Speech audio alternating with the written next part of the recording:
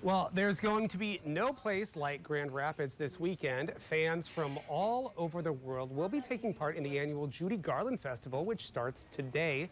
Garland, who was born in Grand Rapids, starred in the movie The Wizard of Oz when, of course, she wore those famous ruby red slippers. Those slippers had been on display at the Judy Garland Museum in Grand Rapids when they were stolen in 2005 with questions for decades. Now, leaving the community with questions for decades. Now, this year's Judy Garland Festival will be the first since the charges were filed last month against the man who allegedly took them. The museum directors say it was a long road, but now they're looking forward to just celebrating Garland and her accomplishments. I think there's a lot of people that have a connection to the characters she played, but then further, just her performances outside of The Wizard of Oz captured so many people's hearts, and I think people are just willing to make the trek to Grand Rapids, Minnesota to see where this star was born.